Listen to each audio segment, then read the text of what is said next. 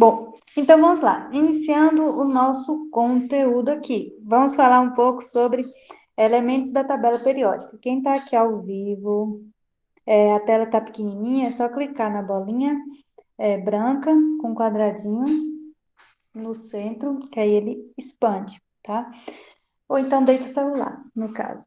Então vamos falar um pouquinho sobre os elementos da tabela periódica, certo? Lá no finalzinho que eu vou estar falando para vocês sobre a tabela em si, beleza? Mas eu vou falar antes dos átomos que é composta aquela tabela. Ricardo, seja bem-vindo, Ricardo. Então, olha só. Essa daqui é uma resposta, as respostas de vocês no Google Formulário. Então, assim, foi perguntado o seguinte: é possível determinar a fórmula do corpo humano? Então, olha só, gente, a fórmula em si, eu creio que não. Porém, o corpo humano ele tem muitos compostos, muitos elementos, né? Tanto para nutrição, como composição óssea, ou então composição física, ou então aquela do cérebro, né, que faz ligações aí nos pensamentos cerebrais, sei lá. Então, assim, tudo que fazemos, tudo que pensamos, que agimos, tem os elementos no meio. Então, veja só, eu coloquei aqui esse quadradinho que fala sobre, na revista Super Abril, ela diz o seguinte: pegue 21 elementos da tabela periódica da química e carregue na porção de oxigênio, nitrogênio, hidrogênio e carbono e dê uma pitadinha das 17 que faltam. Então, basicamente, o corpo humano é composto, então, por esses 4 elementos. Alguns já devem ter pesquisado sobre o Chong, né? Tem a ver, sim. Então, é isso que é formado o nosso corpo humano. Os ingredientes que compõem o corpo humano que é definido de formas tão diferentes, né? Basicamente, é através daqueles elementos. E existem muitos outros, como vocês citaram aqui logo abaixo do Google Formulário. Esses 17 elementos químicos são a chave que regula todo o processo da vida, né? Que é composto no nosso corpo humano. Os átomos. Basicamente, tudo que tiver na tabela periódica são átomos, elementos, ok? Então, todos aqueles elementos é composto pela micropartícula que são os átomos. Então, cada elemento é um átomo. E ele, vamos estar estudando mais o geralzão desses átomos, ok? Possivelmente, eu vou dar alguns exemplos para vocês sobre alguns elementos que estão na própria tabela periódica. Então, olha só, o átomo, como é o átomo? Ele é basicamente composto de núcleo e eletrosfera. Então, o núcleo é essa partezinha coloridinha aqui, positivo e neutro, certo? Então, temos os prótons, que são partículas positivas, e os nêutrons, partículas neutras, né? O nome neutro, neutras. E os elementos e a eletrosfera, ela é composta, então, por elétrons, partículas negativas. Então, basicamente, o átomo é isso, certo? Qual a importância de se estudar átomo? Ela é a formação de tudo. Tudo que temos, tudo que vestimos, tudo que consumimos é composto, então, de átomos. Então, é a formação dele. Basicamente, ele é composto através dessas camadas, KLM, NOP, Q. Eu acho que vocês devem ter visto com a professora Tânia. Óbvio, né, gente?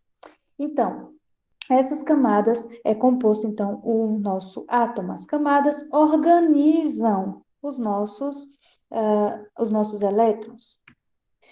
E, basicamente, o átomo é composto de quê? Primeiramente, ela é composta de energia. É a energia que fica segurando aquelas micropartículas, né? Aqueles elétrons, aqueles prótons, tudo unido no núcleo. Então, o núcleo é a região mais densa do átomo, a mais enérgica dela, certo? E comporta os prótons e os nêutrons. Na eletrosfera, temos os elétrons. Esses elétrons, eles possuem níveis. Que níveis são esses? Aqui que está mostrando no desenho.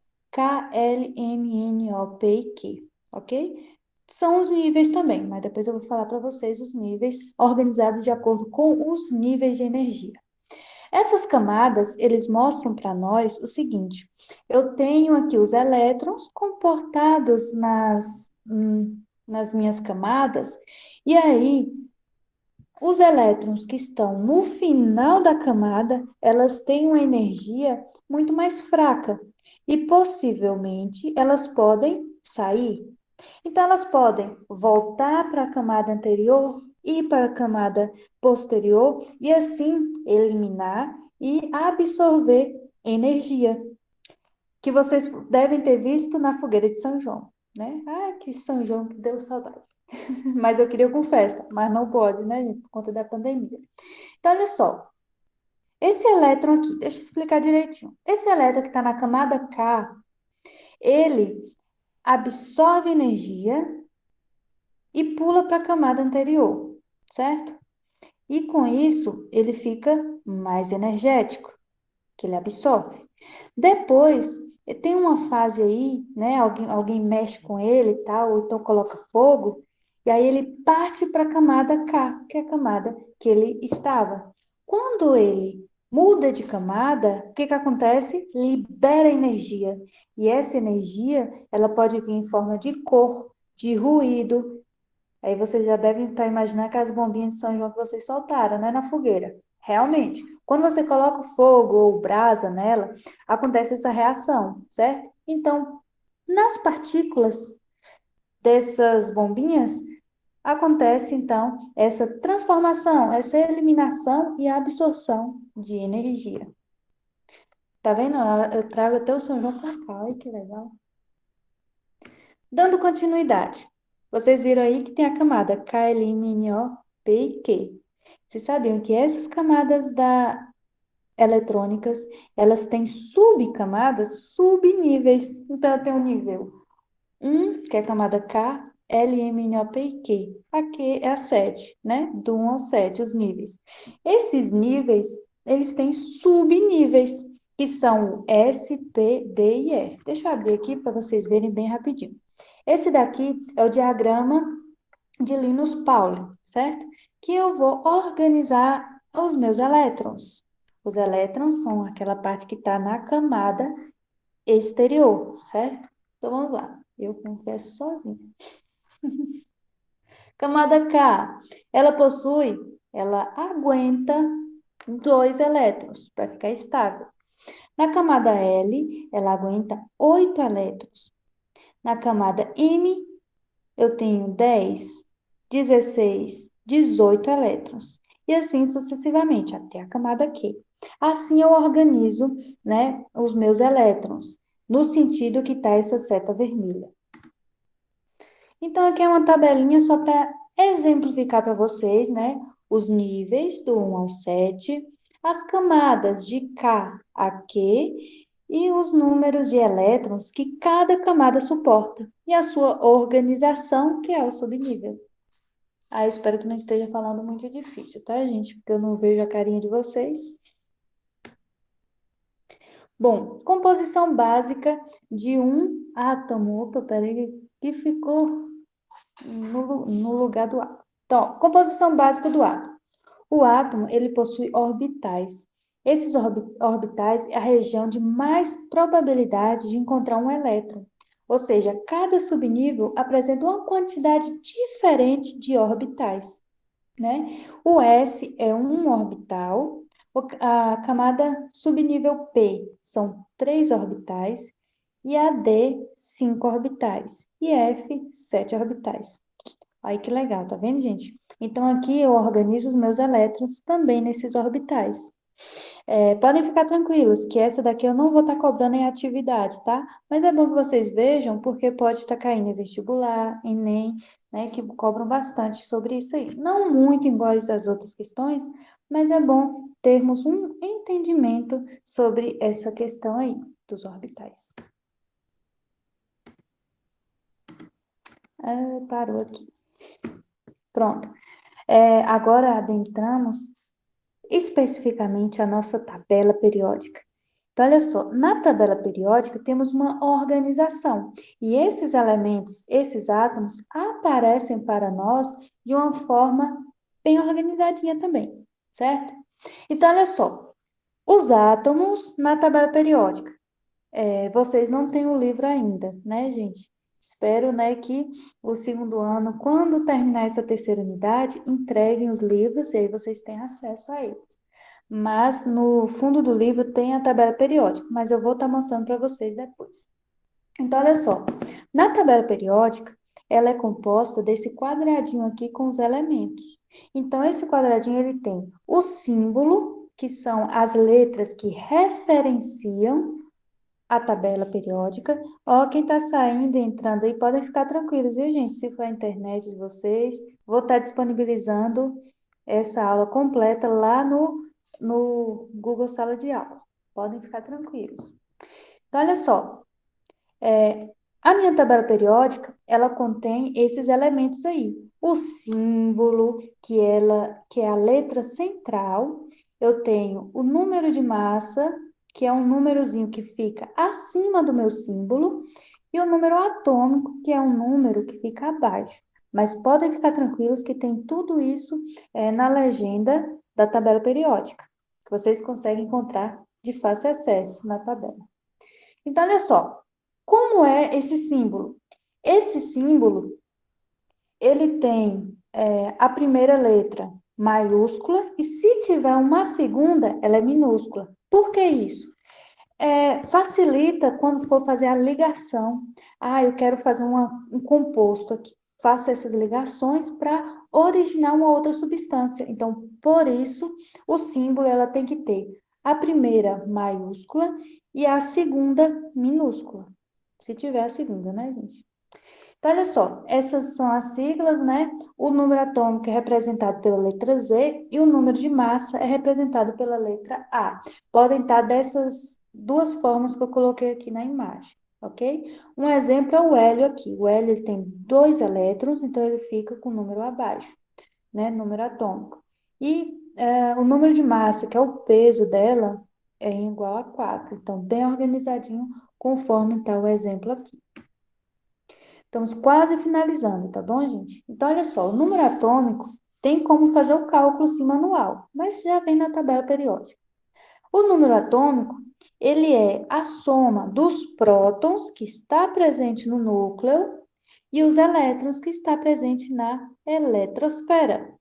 Então, quando eu falo quantos elétrons tem o carbono, você vai lá e olha quantos elétrons tem, 6. Pronto. Então, é 6 elétrons que o carbono possui. Será que é 6 mesmo? Eu acho que sim. Se não for, vocês podem me corrigir. Então, é isso, gente. O número de massa. O número de massa é igual ao número de prótons com os de nêutrons. Para que isso? Para poder fazer alguns cálculos que as questões pedem. E lá na frente, vocês podem ter acesso ou podem pedir vocês em relação a isso. Então, número de massa. O número de massa que está na tabela periódica, ela é a soma dos prótons com os nêutrons. O número atômico, então, é a soma de...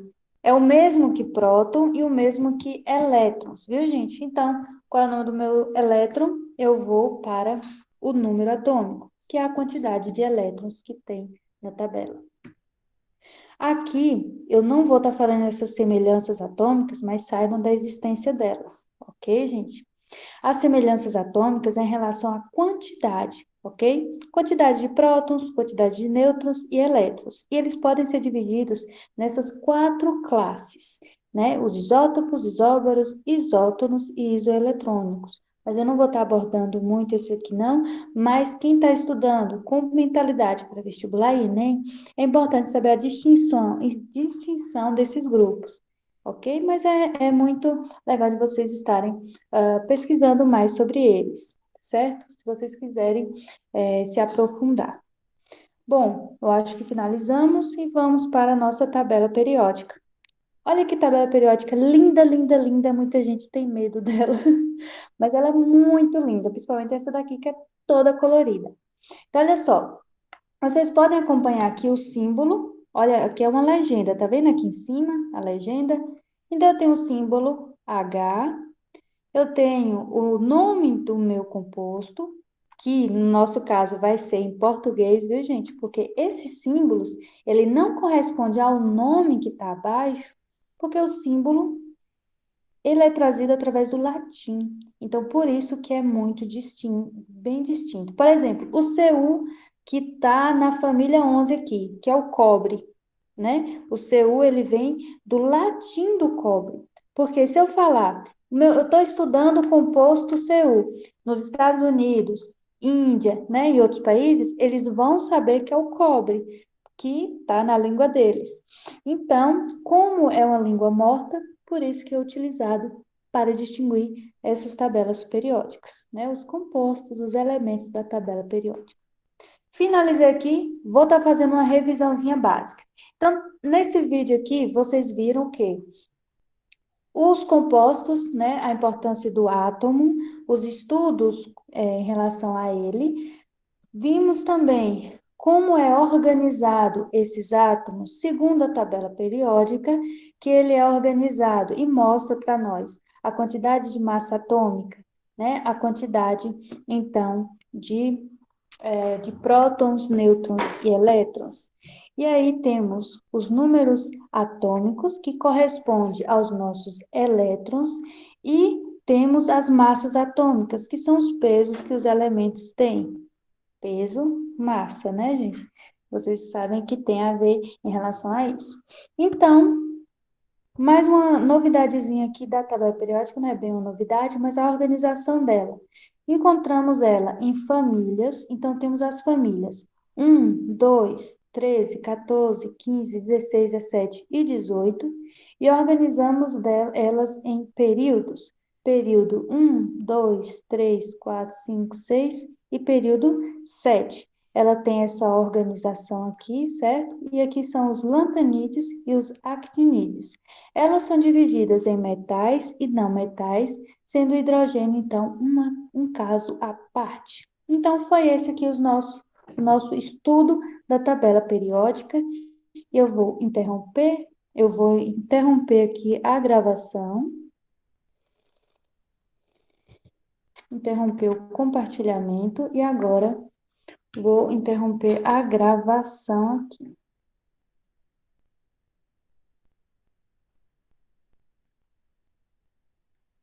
Pronto. Interrompi aqui a gravação.